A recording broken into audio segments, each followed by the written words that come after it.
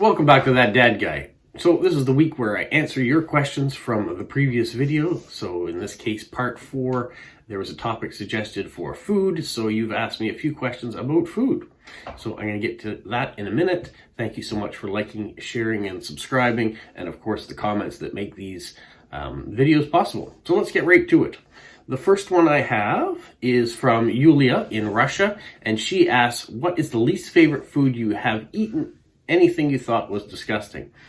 So I'm going to say I haven't really eaten anything that I thought was disgusting. So maybe on my travels, there had been things on menus that I didn't even try based on a picture, which you can't always go that way. Some things don't photograph well and still taste delicious, and who knows. But the least favorite food I have is liver and onions. We had that growing up. We kind of had a set menu for the most part growing up, and so we had the same things over and over again. And liver and onions was one of those things that I just didn't like. It was one of my father's favorites, I guess, and he orders it when he goes to restaurants too still, but it is not something that I continue to eat. I try to mix up the schedule for food with my family as much as possible. We do eat a lot of chicken, but you know, especially in the summer, I can add in things that I can do with the barbecue, so we'll change it too. But there are some dietary things I have to worry about with gluten and dairy, so that limits what I can have. But as far as starches, potatoes, and pasta and rice, try to have those quite often. The kids aren't as much into rice these days, so I'm not using that. So it means I've got to be more creative with the potatoes, because pasta you can only do so much with. Other things, like growing up, I didn't eat a lot of mushrooms, and well, I had mushrooms and I had potatoes, but I wasn't really a big fan of it back then. But my palate has changed and I do like them now, but it hasn't with liver now. I don't know if it was just the way it was cooked or presented. To me, I always think of the texture of it, and so I don't have it now, and I haven't introduced it to my kids, so they haven't had it. So who knows, maybe it's something they will try one day and enjoy. All right, so thank you, Yulia, for that. Next one comes from Julie Donovan. It's kind of a two-parter, and one of it I just answered. She says, what are some of the favorite foods you had growing up that are still favorites, and any foods that you had that you won't eat now? So I won't eat liver, and growing up we did have roast beef and Yorkshire puddings quite often on a Sunday. And it is something that my kids really enjoy too. So about once a month, I do make a good roast beef and Yorkshire pudding meal. If you don't know what that is, you should look it up. In the US, sometimes they call Yorkshire puddings popovers. But really, it is a staple, kind of a bread. Not really bread, but it makes up for meat. So during the war, if you didn't have large portions of meat, you made it up with having a Yorkshire pudding to help fill your stomach. So Google it if you haven't seen what it is and are not quite sure what it is.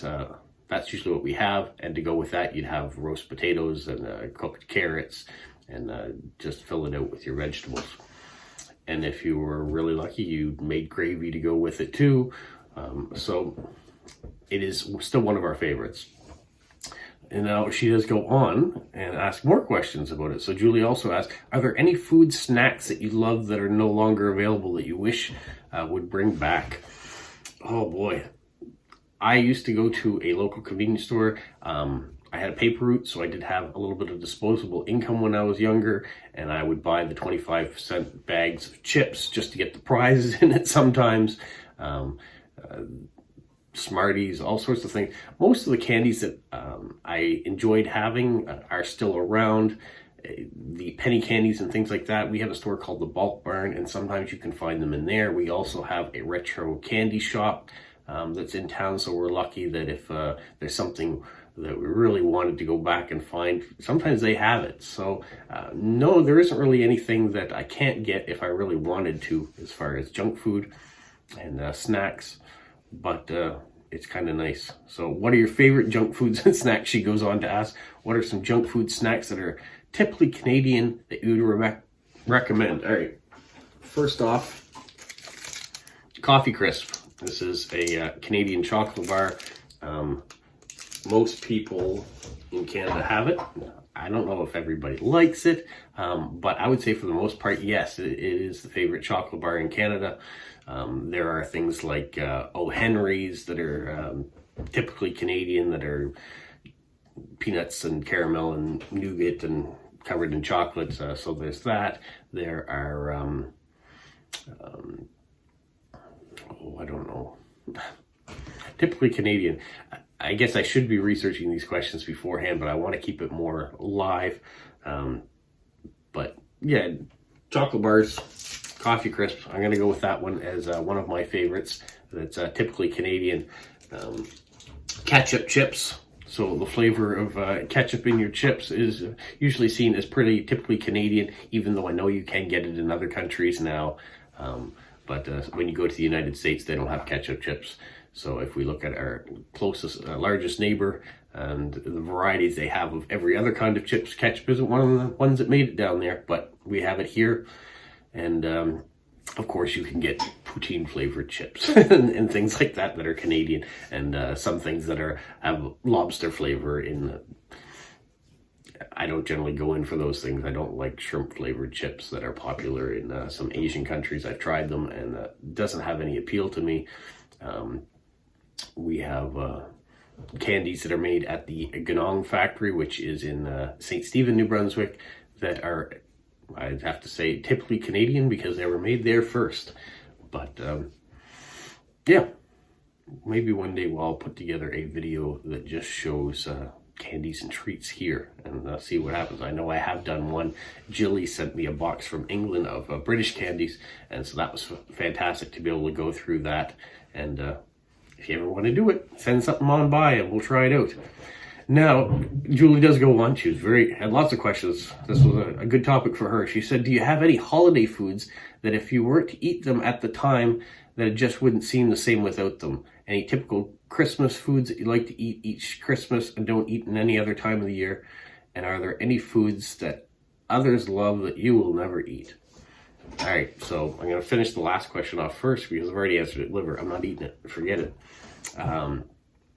But Christmas foods, generally here at Christmas, we cook a turkey. We have, sweet potato casserole. We do stuffings. We the typical things you would find on a Christmas table, maybe a ham.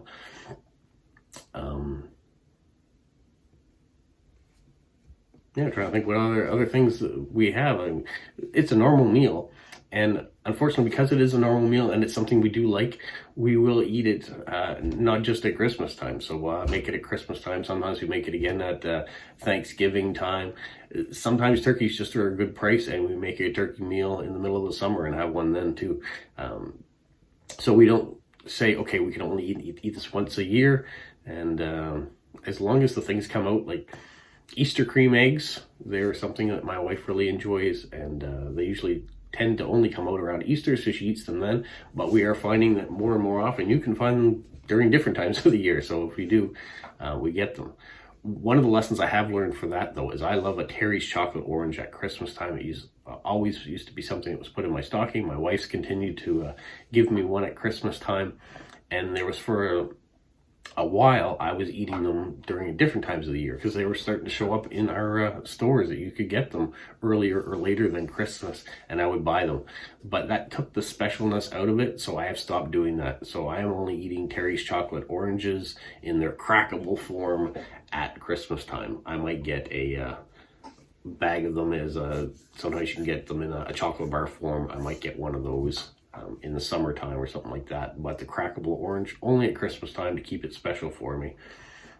So I guess hopefully that answers all your questions, Julie, and thank you so much for all the responses.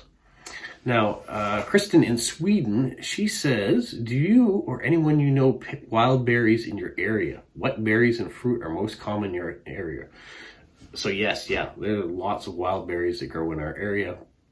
I have fond memories of my mother and I in the house that I grew up in. There used to be fields nearby. Those fields are gone. They've been developed. There's houses and businesses on them now. But we used to go out in the summertime and pick blueberries. They grew aplenty in the fields. Loved picking blueberries with my mother. And in my house here, I've planted tons of berries in the backyard. Kind of has that memory when I go in the summertime, I can go and I can pick blueberries off my bush blueberry plants. I have raspberries that grow back there. I have black currants. I have blackberries. Other fruit, we've got apple trees in our yard. I've got a pear tree in my yard.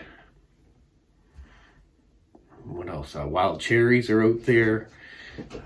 Yeah, berries are everywhere here. Oxford, Nova Scotia, which is about 45 minutes drive from Moncton. They claim to be the blueberry capital of the world. So they have fields and fields of blueberries that grow, and people are out there picking them and sending them all over the world. So those are very popular here too. We have raspberry fields that we used to go to as a family and pick raspberries in the summer. We have strawberry fields that are not very far away that we can pick strawberries. So yes, berries are everywhere here in this part of Canada, and very popular to have them, and we love having fresh fruit. So thank you, Kristen, for that great question and the memory too. Unknown Origin says, what is the most unusual food you have eaten either in Canada or in your travels? What was the favorite meal or food that you enjoyed while traveling? Any recipes you'd like to share? And do you make your own poutine at home? Maybe a cooking video. All right, so a few questions there. Most unusual food I've had eaten here in Canada. I'm not really sure. I have had crocodile when I was in Australia. Enjoyed it. I don't know that I would say it was unusual. It was unusual for me to eat crocodile, but the taste and the preparation of the meal, it just tasted like another normal meat meal, and it was very good. So maybe that's it. If you're trying to think of something like haggis in Scotland, I've never actually tried it, so I can't say that I've gone that route. Not that I wouldn't, but I just haven't had the opportunity yet to try it. And I'm sure there's lots of other things like snake and things like that. I would give it a go if it's prepared well, and yeah, if it's an option, I'll give it a try. I'm willing to try it as long as it's not liver. What's your favorite meal or food that you enjoy while traveling? I don't know, while traveling. When I'm traveling, I'm going to eat whatever's local. I'm going to try that. I'm not the sort of person that when I'm traveling, I've got to go to every McDonald's around the world. That's not me. I'm not looking for the best slice of pizza, even though I do have a story on that. When I was traveling with my wife after university, we stopped in the south of France. One of these times we were starving. We just wanted food and we didn't have a lot of money. And we went and got a slice of pizza in just a little tiny hole in the wall store. Normally I like large crust pizza because I like the dough and things, but this was super thin pizza, and toppings were just perfect. It was the best slice of pizza my stomach has ever had. I don't know if it was because I was so hungry or what the case was, but it is a memory that is ingrained in me, that little hole in the wall in the south of France had the best pizza I've ever had in my life. So there's a traveling food one. If I'm here local in the summertime, it's lobster. Lobster is my favorite meal to eat. So I usually do once a year, I will do a lobster cook. My mother-in-law is allergic to shellfish, so I can't cook it around her, but I could have it at my house, cook it in the backyard, probably put a pot on the barbecue or something like that, and we boil water that way and have lobster boil. So that is a Canadian thing that I would eat. Any recipes I would like to share? Work history, if we ever get into a topic on that, I might talk about when I used to be a cook. So I do a nice fettuccine alfredo, and maybe I'll do a recipe on that. I have done a couple cooking videos, very small ones. If you go back, you can see those. I do make cheesecakes. That was one of the things I was making that maybe wooed my wife way back when. Do I make my own poutine? I don't eat a lot of poutine, actually. It's good. It's nice for a snack here and there, but generally I don't go looking for poutine. So yeah, hopefully that answers all your questions, Unknown Origin, and thank you for all of them. And I think that might be it. that is the last question I see on that. So next week, I'm going to have it as an open topic. You leave your questions on what you want to see, because I haven't had any topic recommendations, and I'm not sure what you want to see and where we want to go. I am going to start a new video series coming up for the short term, but it may take a few weeks to get it underway. So you can look for that. But yeah, leave me questions on what you want to know about, and if you have a topic, fire it out there. Maybe that'll be next week's topic if you get something good in there for me. So for now, I'm going to say that guy has answered your questions, and we're going to move on. So stay safe. What, Polo? You say like, subscribe, share, and tell all your friends? Who's a good boy? Who's a good boy?